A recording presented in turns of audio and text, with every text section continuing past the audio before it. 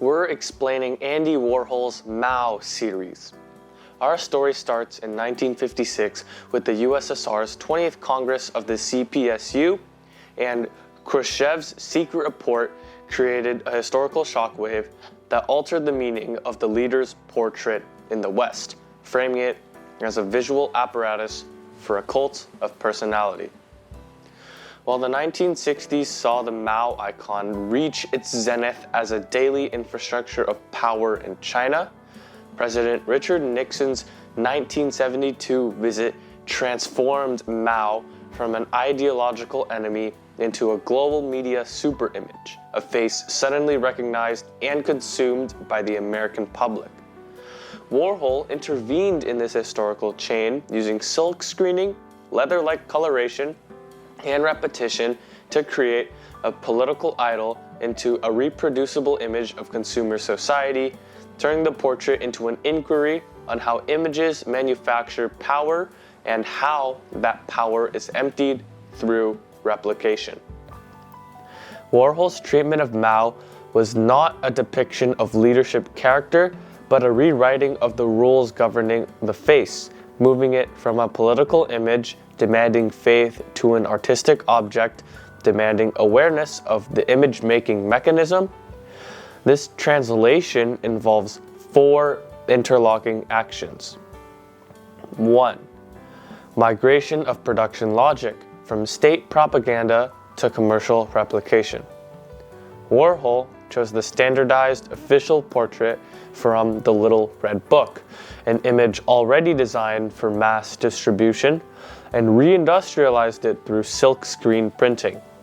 This placed political propaganda and commercial advertising on the same structural plane.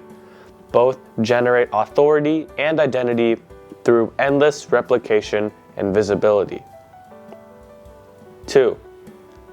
Surface treatment, turning power into a designed exterior.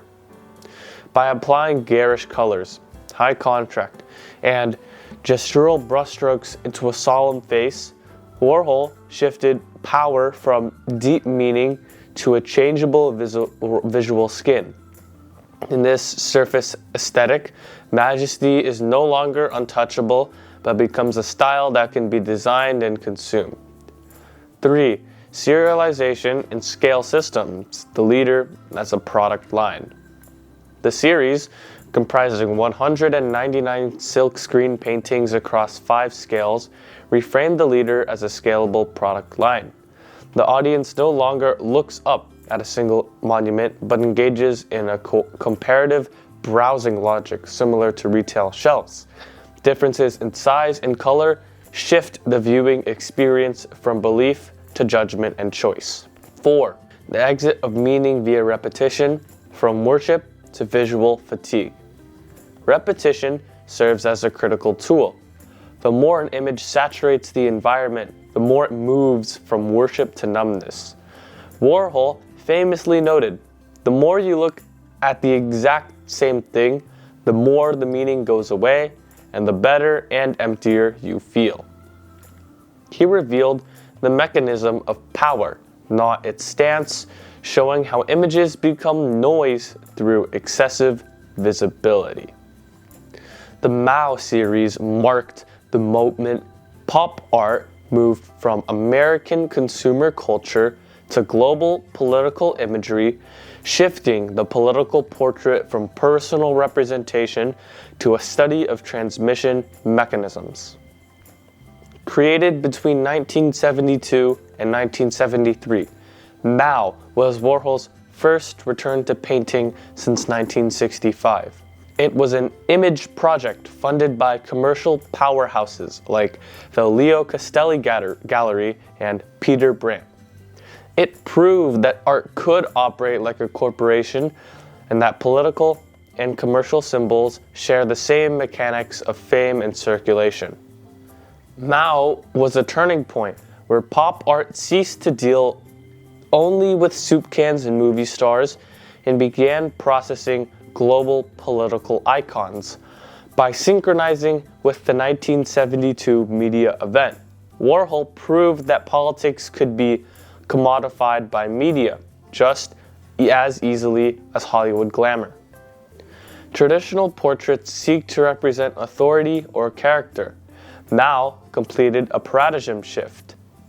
It focused on the portrait as a carrier of transmission, how it is copied, how it occupies space, and how it is emptied.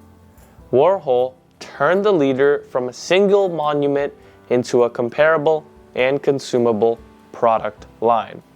Mao predicted a world where meaning comes not from inner truth, but from visibility and circulation speed within a media network.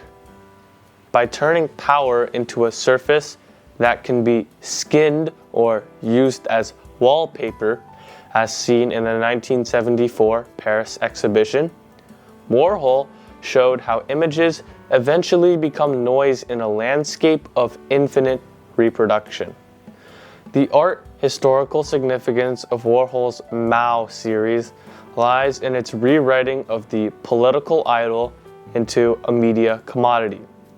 It shifted the political portrait of character expression to a study of transmission, expanded pop art from Western consumerism to global geopolitics, and established the critical framework for understanding surface politics and the dissolution of meaning. It is both the peak of pop art and a prophecy for the modern image age.